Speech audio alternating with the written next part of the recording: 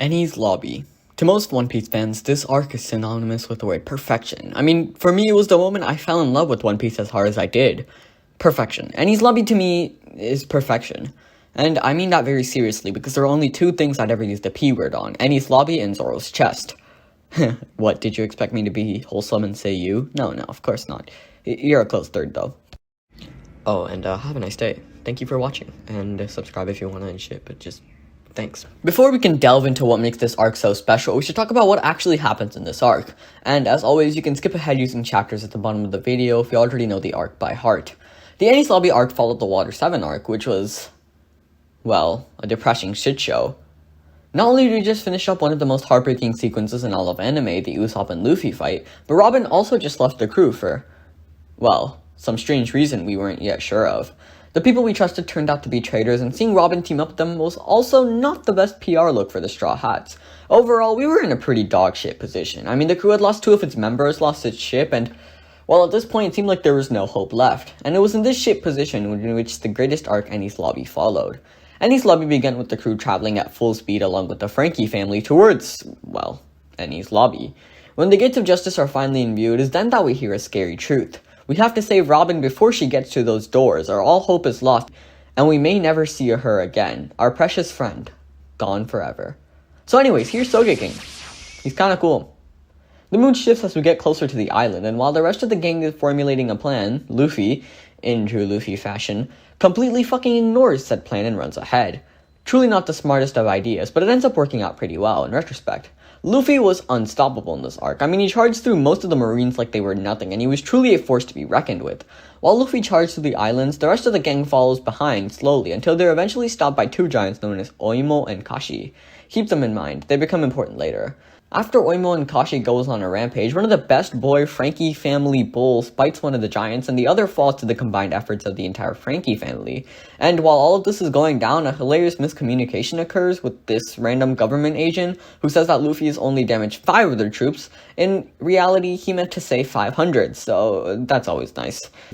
And while CP9 is having their friendly reunion, Zoro has one of the most badass moments in the entire show, where he completely ignores the fence and, well, leaves it up to chance. God, he's so hot. He's just gambling, but oh, he's so hot. While shit continues hitting the fan outside them though, CP9 continues their reunion as they all get together and have a picnic with devil fruits, which hilariously ends up being, well, this, and this. So, maybe it wasn't the best of picnics.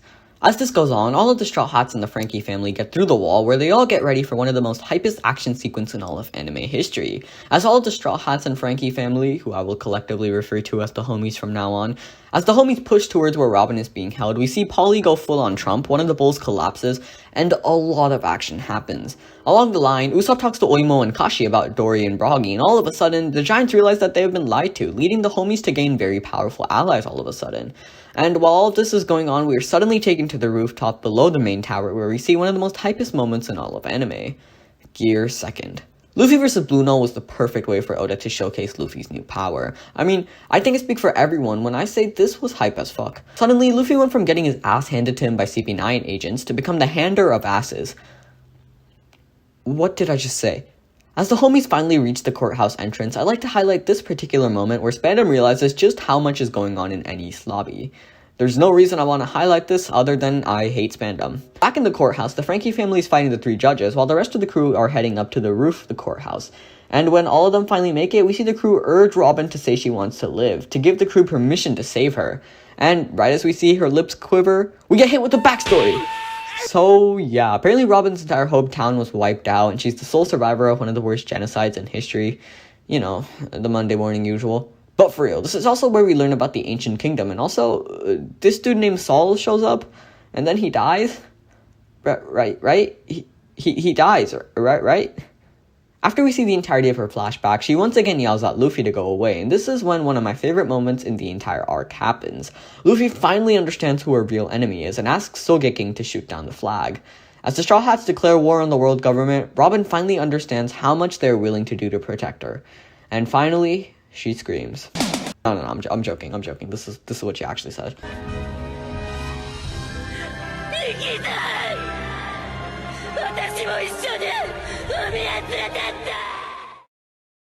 Following this, we see some of the greatest action sequences in all of anime, but you know, there was a lot, so let me dumb it down for you guys.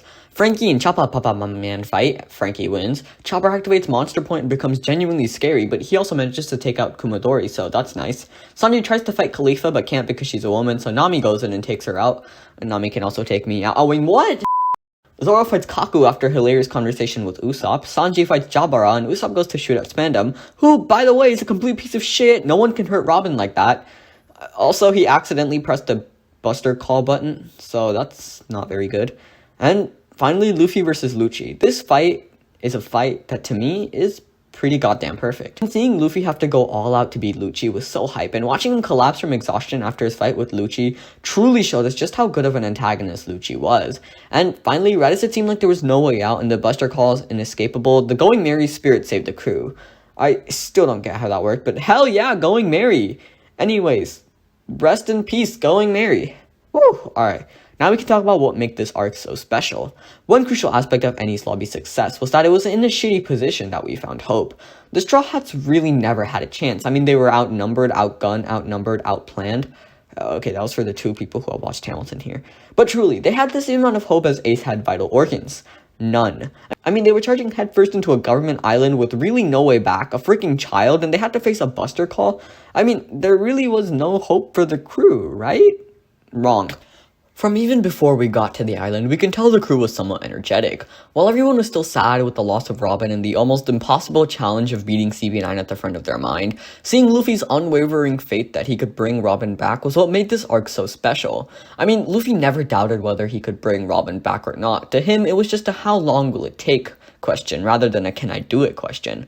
Listen, Luffy may have fewer brain cells than I have gone days without mentioning Zoro's chest, but in this scenario, it came in pretty handy. We could always feel some sort of hope coming from the crew due to Luffy's unwavering faith. If Luffy also fell into a depressive mood following the shit show that just happened, I have no doubt that the crew would have been a lot more depressed and that Ennies' lobby would have fit in with a Berserk arc rather than a One Piece arc.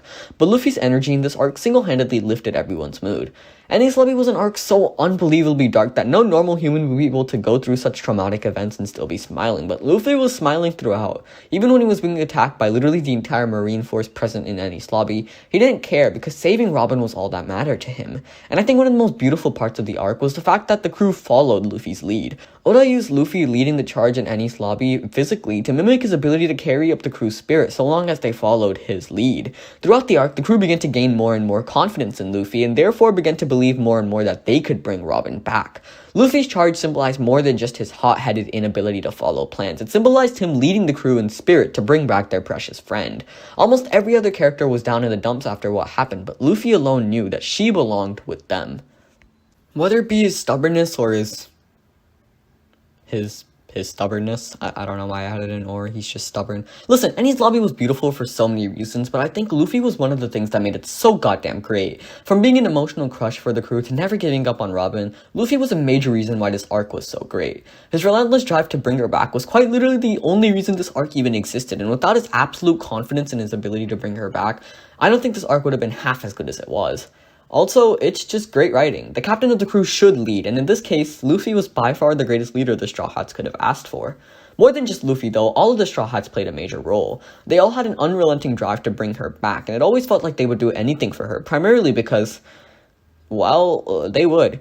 Right now, I particularly want to highlight my main man, Tony Chopper. Chopper using Monster Point in his fight with Kumadori truly shows just how much the crew was willing to do for her. If you guys can remember, from the first time we saw Chopper, he despised being called a monster, yet at this moment, for his precious crewmate Robin, he was willing to become one. Seeing all of the crew in some way push past their boundaries to save Robin was truly heartwarming. I mean, if anything, this arc made it clear that the crew would do anything for each other. They weren't just crewmates, they were family. No matter how tough things got, they would never be whole without each other. Speaking of emotional things though, let's talk about how emotionally beautiful this arc was. This arc was the pinnacle of emotion in One Piece. Throughout the arc, Oda made us feel emotions that kept adding to one another. While watching Robin be taken away, it was pure hopelessness.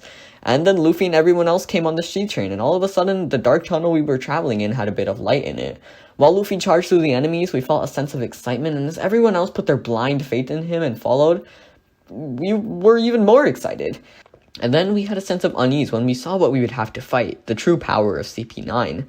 But then came hype again when we saw Gear 2. The point is, Oda kept us going up and down on an emotional roller coaster that continued until this. This moment in One Piece is what I like to call the pulling up with the homie shot. While we were overflowing with 1,000 different emotions, watching the Straw Hats stare down CP9 was by far the most excited I think any of us were, and it is at the climax of all of this hype that Oda decided to fucking crush us. And of course I'm referring to Robin's backstory. Robin's backstory is by far my favorite backstory in all of anime. Well, I won't gush about it too much because, well, I could go on and on about that. Robin's backstory was the pinnacle of emotion in One Piece. It is so tragic, but at the same time, it completely showed us why Robin acted like she did for the past arc. Seeing her only family, the people she loved, be taken away from her all at once was painful. Seeing her, a literal child, mind you, be told that her being alive was a sin and that her life was useless was so painful. I mean, seeing how it still made her feel like her life was useless and that she had no reason to be alive today was enough to make me cry over and over again. Her life was so painful and she truly never felt like she had a reason to live until she met the crew. I'd like to highlight what Saul told her in particular. No one is born in this world to be alone. The crew was the only family Robin had had since her childhood. Since she lost the Scholars of Ohara, her existence was pretty miserable. She felt truly alone until she was saved by this otherwise pretty weird group of pirates. Robin found her home with the crew. They were her only reason she felt like living was worth something. Even during Alabasta, she begged to die, but Luffy not letting her was the only reason she found her home, and now all of a sudden, it was being stolen away right in front of her eyes. She once again fell back into a depressive mood because she felt as if she had no other choice. Even though she was dead scared of the world government, and understandably so because they hunted her for her entire life, she was willing to go back to the world government if it meant her friends being alive. And all of this became painstakingly clear through a backstory, and god damn it was so emotional. You could tell this part actually made me sad because I haven't brought up Zoro's chest once. Or maybe that's just my character development. Speaking of character development though, let's talk about Robin's during this moment, because to me, that's what made this arc. As soon as Luffy told Usopp to shoot the flag down, it became clear that Robin understood how much the crew loved her. Her entire life, people had sold her out in fear of the world government over and over again, yet here stood a group of 7 people willing to wage war against the entire world for her. At this moment, it became clear that she didn't have to pick between having a group of friends or being safe. She could have both. For the first time since her childhood, she had a family, a reason to live. She didn't have to be selfless, she could just say what she wanted to, and this led to by far the most emotional outburst in the entire history of One Piece. Everything about this series of events was beautiful. Oda allowed the readers to be able to see a character's entire life journey through just one backstory. It became clear just how much of a weight Robin had on her shoulder, and this moment was her letting it all go.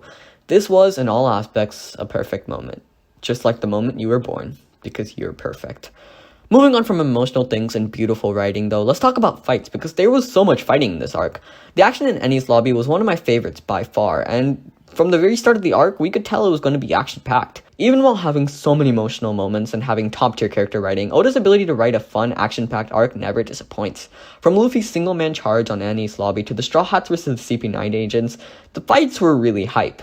Okay, listen, before I go and analyze one fight in particular, can I just say, fighting in this arc was so fun. I don't know why, but maybe it's just me, but the action in this arc was definitely one of my favorites. However, one fight stands above all of these. Luffy versus Lucci. Luffy versus Lucci did a lot of things. I mean, for one, it was really hype. I think all of us agreed that the fight, from a pure action standpoint, was crazy good. Watching both men have to go all out was so hype, and it was truly the greatest underdog story. But Luffy versus Lucci is more than just a simple fight. Luffy versus Lucci represents the Straw Hats' battle against the world government throughout the entire arc. Luffy was an extreme underdog, and no one believed he could win against Lucci. I mean, even though he beat Bluno, Lucci's power thingy was so much higher than the others. Side note, what was this? I mean, it was brought up like once and then never again, and I still don't know till this date what this actually represents. Can someone tell me in the comments, please? Regardless, Luffy's uphill climb against Lucci was Oda's way of showing us the uphill battle the crew had to face throughout the previous arc. Lucci was so much more powerful than Luffy that honestly was laughable, but Luffy never gave up. This one fight was pretty much parallel to the arc that followed. It was an impossible uphill climb throughout the arc, yet the Straw Hats persevered. Luffy's undying resolve to bring back Robin can be seen as his undying resolve to punch fight Luffy. What? No, that's self-harm. Punch fight Lucci into oblivion. Luffy versus Lucci was a masterful fight. I mean, it was the best way Oda could have ended this arc. To see everyone have to help Luffy at the end also proved that none of this would have been possible without everyone. The entire crew was needed to bring back Robin, and it just further added to the crew as a family vibe. And another thing Ennies Lobby benefited from was its pacing was pretty fucking good. It could partly just be because of the arc is relatively short, but Ennies Lobby had pretty good pacing. I'd argue that it only felt like a drag at certain points, in the anime at least, but other than that, its pacing was top tier. The constant action in this arc made me feel like we always knew so he had something going on, and even in times when the arc felt dragged out, we always knew shit was gonna go down soon anyways. The pacing of Ennies Lobby was definitely top tier, and that combined with everything else was just perfection. And while a lot of this video has been centered around Oda's ability to write a good emotional arc combined with fun fighting, let's not forget that Oda also does one more thing exceptionally well: world building.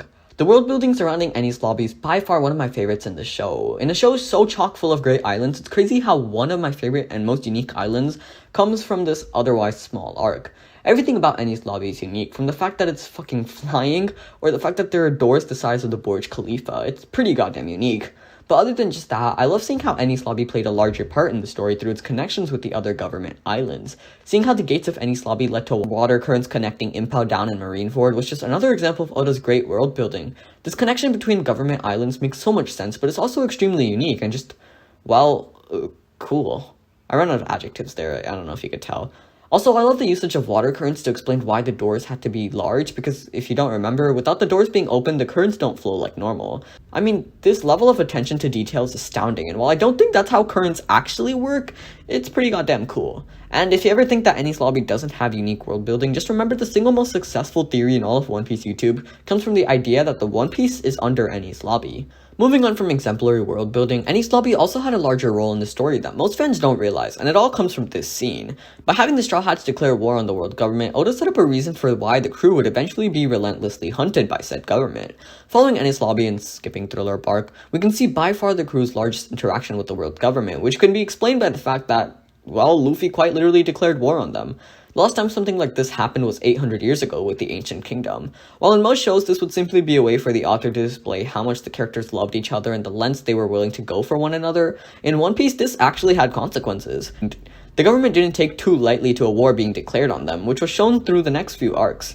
And while yes, a large part of it was that Luffy punched the Celestial Dragon, there was a reason the world government was as ruthless in their hunt as they were. Furthermore, this arc did another thing in that it exposed just how dark the world government is. We always knew they were messed up, but I don't think we realized to what extent. Seeing how they would nonchalantly commit acts of genocide and would even be willing to wipe out their own island showed just how horrible they truly were. Watching them hunt a literal child for a long ass time and even seeing just how horrible their leadership was, screw you, fandom, it was just truly horrifying. Furthermore, Ennies Lobby also marked the revival of the Straw Hat crew. From Usopp rejoining after his friend Soge King told him to Robin finally embracing the crew and even Frankie joining, the crew was reborn following this arc. They had grown tremendously through the shit show they had just been in, and this is further symbolized through the 1000 Sunny, which shows us that a new crew was leaving the docks of Water 7. The Straw Hats had grown closer and grown in general, and this arc was the cause of it all. I think another thing this arc did that I love was it truly made Robin realize that she had Luffy to rely on.